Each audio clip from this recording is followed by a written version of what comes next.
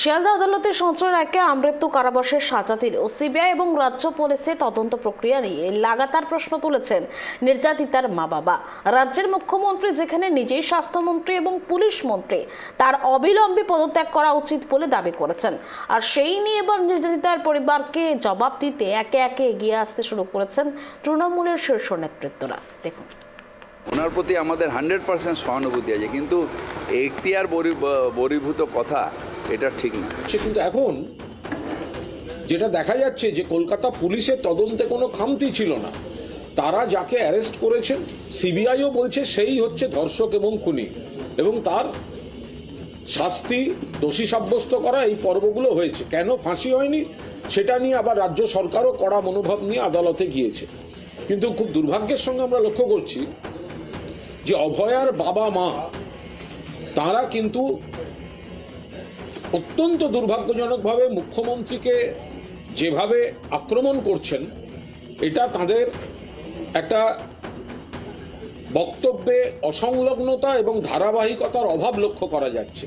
রবিবার নির্যাতিতার পরিবারের সমালোচনা করেন ফিরাদ। বলেন, আমরা অত্যন্ত সহানুভূতিশীল ওদের প্রতি, কিন্তু সন্তান শোকে এমন কিছু বলা উচিত নয় যা ওদের এখতিয়ারের মধ্যে পড়ে না। এখন যা হয়ে গিয়েছে, যাদের পাল্লায় পড়েছেন এখন রাজনীতি করছেন ওরা, এটা ঠিক নয়। একই সুর শোনা গিয়েছিল তৃণমূল নেতা কুণাল ঘোষের গলাতেও। তিনি বলেন, কেন মুখ্যমন্ত্রীকে আক্রমণ করছেন ওরা? মুখ্যমন্ত্রীর পুলিশ তো 24 ঘন্টার মধ্যে দোষীকে ধরেছে। তারা কিছু অন্ধ তৃণমূল বিরোধী, বাম, অতি বাম এবং চক্রান্তকারীর কথায় বিভ্রান্ত হয়ে সমানে অবস্থান বদলে চলেছেন। সোমবার প্রেস ক্লাবে কুণাল ফিরাদের উল্টো সুর শোনা গেল রাজ্যের আরেক মন্ত্রী শশী পাজার গলায়।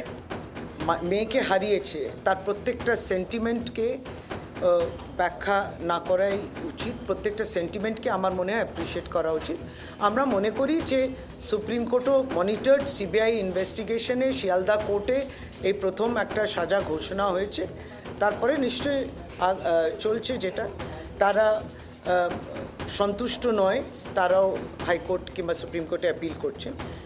তাদেরকে শ্রদ্ধা এবং নমস্কার। সোমবার কলকাতা হাইকোর্টে ফিরাদ হাকিমের করা মন্তব্য নিয়ে পাল্টা প্রতিক্রিয়া দেন নির্যাতিতার বাবা। ফিরাদ হাকিমকেই উল্টে নিজের এখতিয়ারের মধ্যে থাকার পরামর্শ দিয়েছেন তিনি। একটা বার বলবো, ওনাকে বারবার বলেছি কালকে থেকে, উনি শিয়ালদা কোর্টের রায়ের কপিটা ভালো করে পড়ে আমার বিরুদ্ধে যা বলার বলবে। এখতিয়ারের মধ্যে আছি না, এখতিয়ারের মধ্যে নেই। এবং এটাও বলবো, ওনার যদি কোনো সুবিবেচনা থাকে আমাকে দেওয়ার প্রয়োজন পড়ে, উনি আসুন, আমাকে সুবিবেচনা দিন আমার মেয়ের বিচার পাওয়ার জন্যে। উনি আমার মেয়ের মৃত্যুর জন্য খুবই দুঃখিত, সেজন্য আমি ওনার কাছে কৃতজ্ঞ। এবং উনি যদি কোনো আমার মেয়ের বিচার পাওয়ার জন্য কোনো যদি পরামর্শ দেন, অবশ্যই আমি সেটা গ্রহণ করব। আরজিকর কাণ্ডে অভিযুক্তদের ফাঁসি চেয়ে সরব নির্যাতিতার বাবা মা। যদিও 9ই আগস্টের ঘটনার পর মুখ্যমন্ত্রী সোদপুরের নাটাগড়ে তাদের বাড়িতে আসার পর একাধিকবার মমতা বন্দ্যোপাধ্যায়কে সমর্থন করে বিবৃতি দিয়েছিলেন, তারপর বারবার নির্যাতিতার বাবা মায়ের বয়ান বদল, শাসক বিরোধীদের দোষারোপ, পাল্টা দোষারোপে রীতিমতো সরগরম রাজ্য রাজনীতি। Bureau report, tribe TV Bangla.